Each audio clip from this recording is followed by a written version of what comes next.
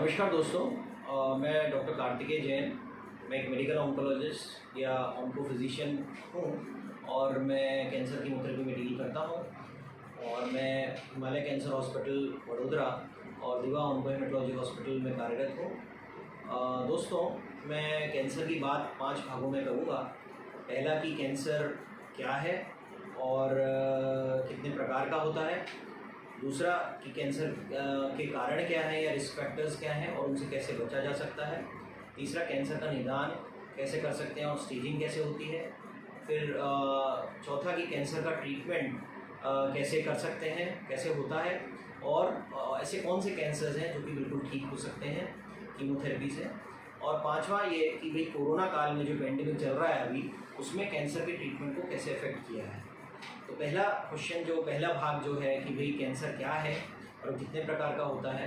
तो कैंसर एक ऐसी बीमारी है जिसमें कि कुछ ऐसे म्यूटेशंस होते हैं, जेनेटिक चेंजेस होते हैं, जिसके कारण कुछ सेल्स जो कोशिकाएं हैं उनका अनियंत्रित विभाजन चालू हो जाता है। मतलब वो डिवाइड करने लग जाते हैं और वो एक फिर धीरे धीरे डिवाइड करके एक गांठ का रूप ले लेते हैं। फिर वो धीरे धीरे फैल जाते हैं, आसपास फैल जाते हैं, फिर पूरे शरीर में फैल जाते हैं। तो ये कैंसर कहलाता है। कैंसर कितने प्रकार का होता है? कैंसर 2 तरह के होते हैं ज़्यादातर। सॉलिड कैंसर्स में ज़्यादातर जैसे आते हैं कि भाई स्तन का कैंसर हो गया, फेफड़े का कैंसर हो गया, मुंह का कैंसर हो गया, गले का कैंसर हो गया, पेट का कैंसर हो गया, कोलोन का कैंसर हो गया। और लिक्विड कैंसर जिसमें कि ज़्यादातर ब्लड कैंसर्स आते हैं, जिसमें ल्यूकीमियाज, लिम्फोमाज और माइलोमा आते हैं। कैंसर के कारण क्या है? कैंसर के बारे में मैं एक बात कहना चाहूँगा कि कैंसर का जो रोग है ये किसी एक आदमी से दूसरे आदमी में नहीं फैलता है और ये किसी चोट लगने से नहीं होता है। कैंसर जो होता है इसमें जो रिस्क फैक्टर्स होते हैं 2 तरह से हम डिवाइड कर सकते हैं। कैंसर में एक ऐसे रिस्क फैक्टर्स हैं जो कि हम चेंज नहीं कर सकते और ऐसे रिस्क फैक्टर्स हैं जिससे कि हमारा बचना संभव है और हम उनको चेंज कर सकते हैं। तो जो नहीं चेंज कर सकते उसमें सबसे पहला उम्र है।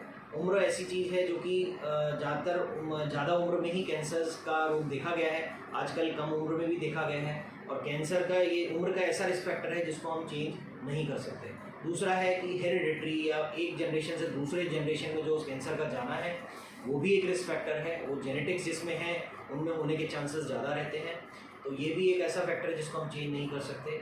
दूसरे तरह के रिस्क फैक्टर्स ये हैं जिनको हम चेंज कर सकते हैं, जैसे कि तंबाकू है। तंबाकू किसी भी रूप में लें, या तो स्मोकिंग करें या खैनी खाएं, या स्मोकिंग हम किसी भी रूप में करें, बीड़ी, सिगरेट या हुक्का या चिलम किसी भी फॉर्म में लें, तो वो तंबाकू का सेवन जो है वो बहुत खतरनाक है, उससे कैंसर हो सकता है। और काफ़ी कैंसर्स हैं जिनमें ज़्यादातर रिस्क फैक्टर तंबाकू का होता है।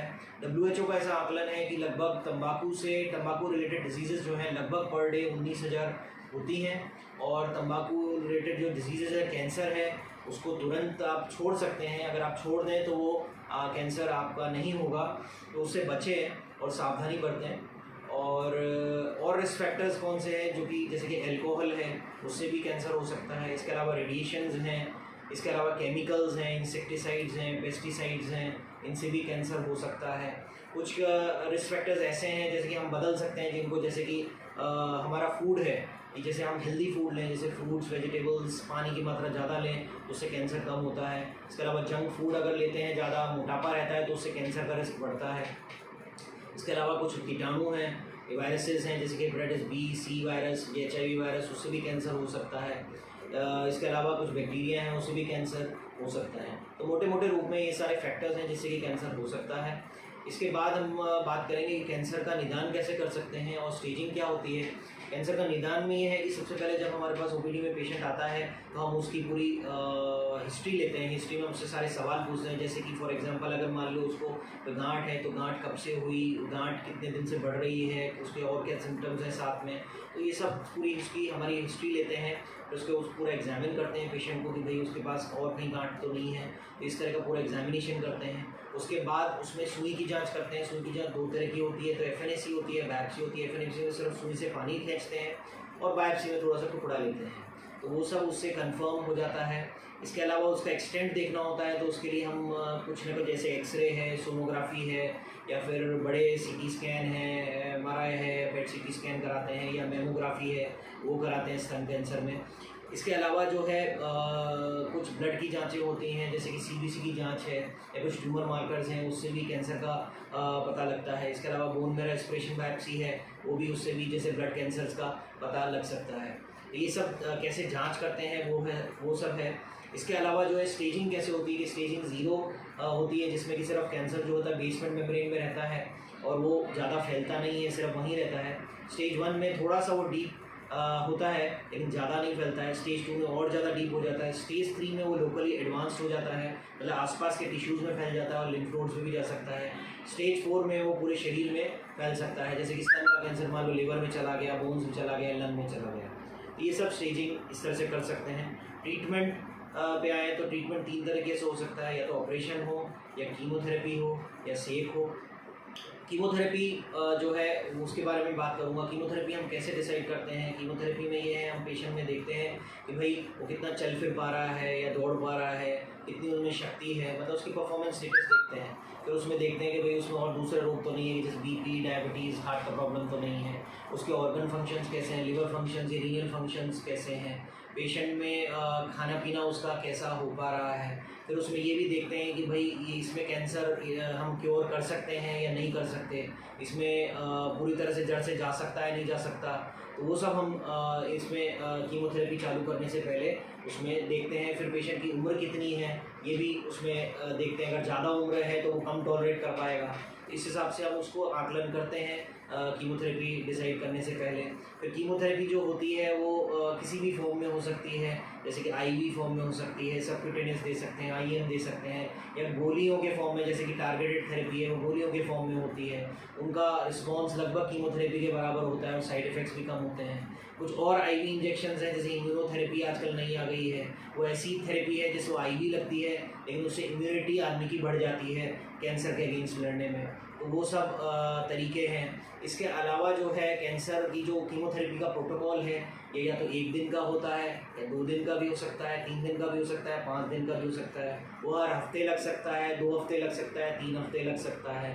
1 दवा दे सकते हैं, 2 दवा दे सकते हैं, 3 दवा तक दे सकते हैं, 5 दवा तक दे सकते हैं। तो इस तरह अलग अलग तरह के प्रोटोकॉल होते हैं कि जो कि जिसमें कि डिसीजन लिया जाता है।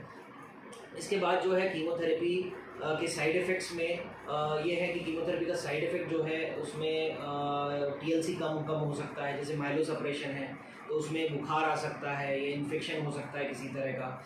और इसके अलावा कुछ जी घबराना या उल्टी वगैरह हो सकती है, दस्त हो जाना, मुंह में छाले हो जाना, बाल का चला जाना, इसके अलावा कुछ हाथ पैर में खालीपन हो जाना।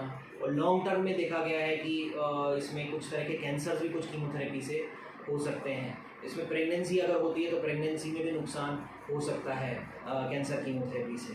इसके बाद में जो ऐसे कैंसर्स हैं जो कि ठीक कर सकते हैं कीमोथेरेपी से, उनमें है जैसे लिक्वीमियाज हैं, लिम्फोमाज हैं, कुछ टेस्टिकुलर ट्यूमर्स, टेस्टिस वाले ट्यूमर्स हैं, अर्ली ब्रेस्ट कैंसर है, वो अर्ली ओवरी का कैंसर है, अर्ली कोलोन कैंसर है, वो भी ठीक किए जा सकते हैं। बच्चों में जैसे रेटिनोब्लास्टोमा है या न्यूरोब्लास्टोमा है, वो भी ठीक किए जा सकते हैं। इसके बाद मैं इस पर आऊँगा कि भाई कोरोना ने, इस पेंडेमिक ने कैसे कीमोथेरेपी ट्रीटमेंट को अफेक्ट किया है।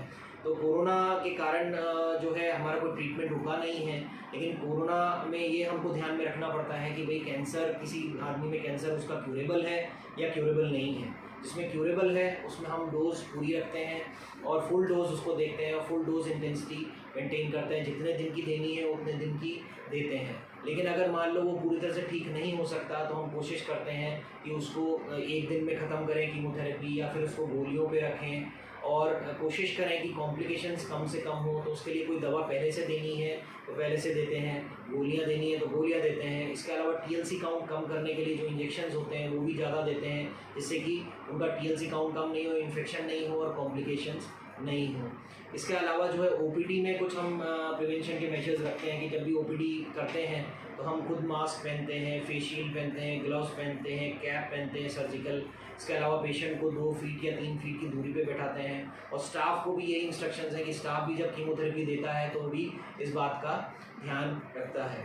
इसके अलावा जो भी पेशेंट्स आ रहे हैं जो बुखार खांसी के, जिसमें भी कोरोना का संक्रमण होने का शक लगता है, उनको हम तुरंत रेफ़र कर देते हैं कोई भी पास में कोरोना सेंटर पे, जिससे कि उनका कोरोना का ट्रीटमेंट वहाँ होता रहे। तो मेरा लास्ट मैसेज यही है कि कैंसर जो है का ट्रीटमेंट पॉसिबल है। कैंसर का ट्रीटमेंट, जब भी आपको कोई शक लगे, कोई भी गांठ होए या कोई भी आपको किसी तरह की अनवांटेड ब्लीडिंग होए या पेट में ज़्यादा तकलीफ़ हो रही हो, जैसे कि डायरिया हो रहा हो, कॉन्स्टिपेशन ज़्यादा हो रहा हो, लंबे टाइम से हो रहा हो, या कहीं स्वेलिंग दिख रही है आपको, या मुंह में छाला लग रहा हो, तो तुरंत उसका उसकी जांच कराएं और उसका ट्रीटमेंट, अगर कैंसर आता है तो तुरंत उसका कैंसर का ट्रीटमेंट लें, अन्यथा वो कैंसर आपके लिए आपकी मौत का कारण बन सकता है। तो कैंसर इलाज पॉसिबल है, तो उसका तुरंत आप इलाज लीजिए। Thank you.